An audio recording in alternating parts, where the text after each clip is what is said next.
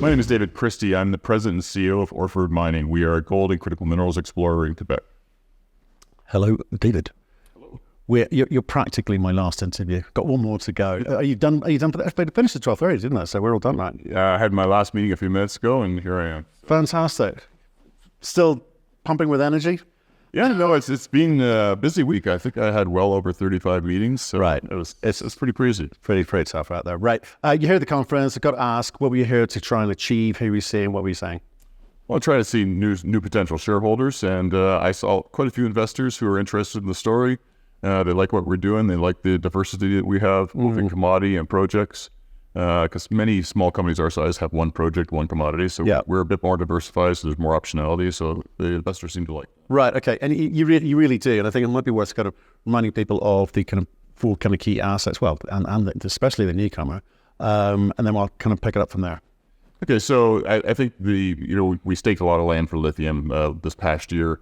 And we did our first pass on all those projects this summer, 557 square kilometers. We actually added to it. We were originally around 450, and we increased it by 100,000 square kilometers. So we went to 1,500 mapping stations, and 580 of those ended up being pegmatites. Right. So we found pegmatites everywhere across those properties. We've taken 640 samples across those pegmatites and 19 channel samples. All those we're waiting for most of those assays to come in at this moment. So we're eagerly anticipating some good news from those. We also did 550 till samples to help us fine tune some of our search radiuses.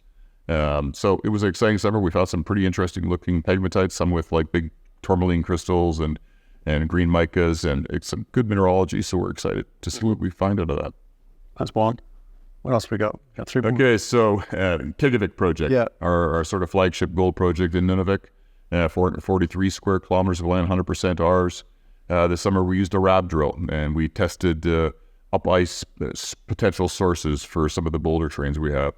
Luckily, on one of the areas, the Grafo East area, which is typically covered in snowpack, it was an extension of one of the structures we were looking at, and we went in there, and the snowpack was gone. And guess what did we find underneath the snowpack? But these beautiful quartz veins with sulfides in them, and with different attitudes, different directions they were striking. And they ended up grading at surface 32 grams, 25 grams, like some really good grades. So we stuck 6 RAP holes into those. We saw the same veining and sulfides in those RAP holes. So we're quite excited about those results yet to come. We also did the same thing at Central on the Quebec, Central intrusion. So in another intrusion, the first one was a granodiorite intrusion, so is this one. We found veins at surface up to 30 grams. We put 3 drill holes in there, waiting on those results. Again, we saw the same materials in the drill holes as we saw in the surface. So we're quite excited about that potential. And last, probably the other third sort of highlight from the summer at Quebec is the Esperance area. So this is the far western side of the project. In 2017, we drilled a number of holes in this area and outlined a over 4 kilometer long copper gold trend. We got up to like 2.6 grams per ton gold and 2% copper. So interesting, but not quite the volume we thought we could get. We flew an airborne survey there, which outlined a lot of VTEM conductors.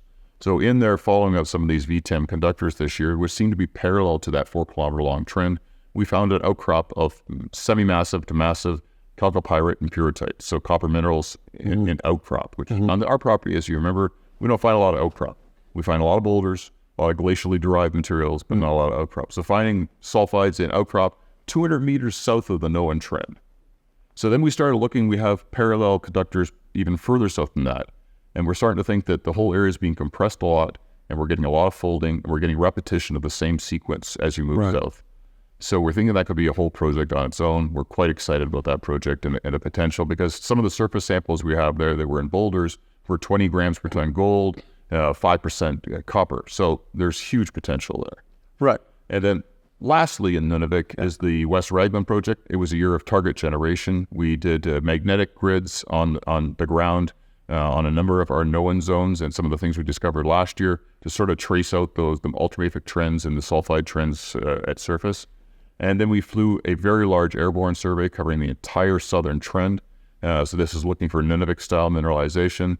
So we got that done, and we're waiting the sort of data to come in so we can analyze and see what we found there. But the hope is that we have a lot of targets out of that, and next year will be a big drilling year with our partner Wyloo. And then lastly, of course, we haven't done this. We drilled it in the winter. We drill our Chattel project. So coming up this winter, we're looking to drill infill drilling and definition drilling on the Chattel Eagle South Gold Zone to define a resource. A lot going on. We have a lot going on. But here's the thing. You're excited.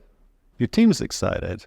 The market is not excited about anything. No, that's just crazy. Kind of painful, right? But it is what it is, and you got to time the market, and sometimes luck is, timing, right? So how does a company like yours react to that? What are the options available to you? I've seen so many people come in with revised business plans and strategies. They've come in talking about alternative financing.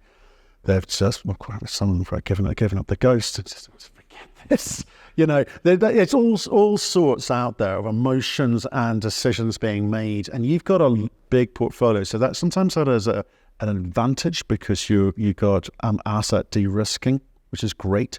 But sometimes for a small company, it's a liability because you've got, you need to spend money on these things to kind of, one, keep them in your possession, but two, keep things going. So what are the options for you in a market like this, in terms of, do you flip more of your assets out? Because I say they're solid assets. Yeah. So let's think about that. So on the lithium side, I don't know yet because we're waiting on the first batch of results. Let's wait on that. But the potential is if we find something interesting on the lithium side, we can bring in a partner. I don't know if you saw some of our friends in Quebec, they've done big deals with some big companies, right? So, and there was lithium pegmatites, the catchphrase or the buzzword of the. So that's a potential thing. Yeah. On another option we are working on right now is we own 2 royalties in Colombia on silver assets down there. 3.5% royalty on the Falan that Malabar Gold has, and a 2% royalty on the Santa Ana project, which Outcrop Gold has, and they just come out with a 40 million ounce silver resource recently. So I've started a process to sell those 2 royalties. Okay. No decision made, but we've talked about it before that we would look to sell them, and so optionality. We're going to sell them. If we can sell them for a good number, we'll do that. Another thing is, I talked about the Esperance copper gold zone.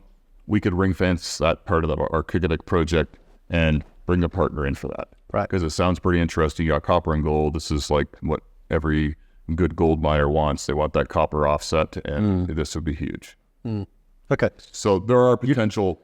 You're thinking about it, right? We're always thinking about that. Right. So I think we'll wait and see what the results are, and then we'll move forward on some of those things, and we'll see what the market does. If the market goes to our results, then I guess we'll start looking at other ways to finance those projects. And do you then start thinking? And I heard one group, I think it was the OR group as well, and redefining what they were. Because when you got a kind of portfolio, you can sort of redefine. And I think they decided, okay, we're going to be effectively a VC in natural resources. And okay, it's interesting. I don't know if many people understand it, but the point is, thinking differently is important because you got to stay in the game to play the game, right? Yep. And that's an important task here. So for you, how are you reading the market other than it sucks at the moment? Well, there's institutional interest. We have that up, but they buy private placements. Yep. And even they're not all there. But we have high net worth people who buy private placements. As far as the retail group that basically drive the share price, that they're impatient, of course, right? And they want to see results, and I don't blame them. They should see results, and so we need to deliver on those results, and that's what we're trying to do here in the next few weeks, and hopefully we will.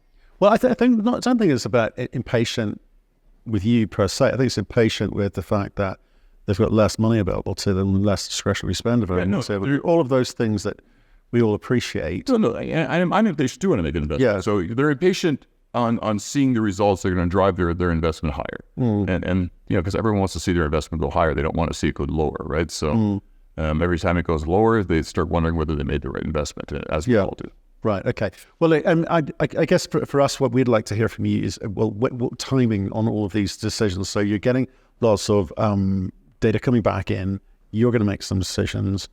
You need to signal that to the market. So we get a sense of, is this an opportunity to buy into something which is, at depressed prices, therefore high leverage, hopefully, because you're setting your stall out by setting yourselves up for success next year, or whether this is we're just going to break up the pieces and the sum of the parts will be equal, hopefully, to then more than we're being valued at now. Yeah. So I think if obviously we're going to have results in the next before the middle of October, we'll have pretty well all our results, I think, if the assay labs cooperate.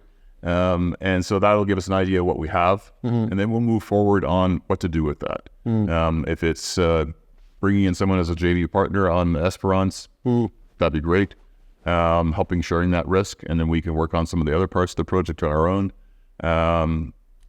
Or if maybe someone wants to take on the whole thing, and we bring in someone for a 51-49 JV. I don't want to give away the store, because I think we have something valuable there, something interesting, and giving away too much is not right. game plan. But at the same time, you've got a lot of interesting things in there, and they are all interesting. I'm not being facetious here. I think they are all interesting. But if you had a conversation and said, right, here's $5 million, what's the best allocation of that capital in terms of driving some kind of value message? Yeah, I still think it's probably sharing some of the risk. Even if we have $5 million in the bank, I think sharing some of the risk going forward is probably a good way to go. Okay. And maybe not on all our projects, but on some of them. Okay. Interesting. Okay. Because this market doesn't seem to be changing. And I don't know that it's going to change anytime soon. So sharing the risk is a good way to preserve some capital, reduce the number of times we have to go to the market. And it's expensive up there, and it's pretty tough to raise the money needed to operate up there. It is. Well, I'm excited for what's coming up in the next few months. Stay in touch. We will. Because you got some good stuff going on there. Just you need a fair run up at it, and hopefully deliver something to us. Okay. Okay. Thank you, Drew.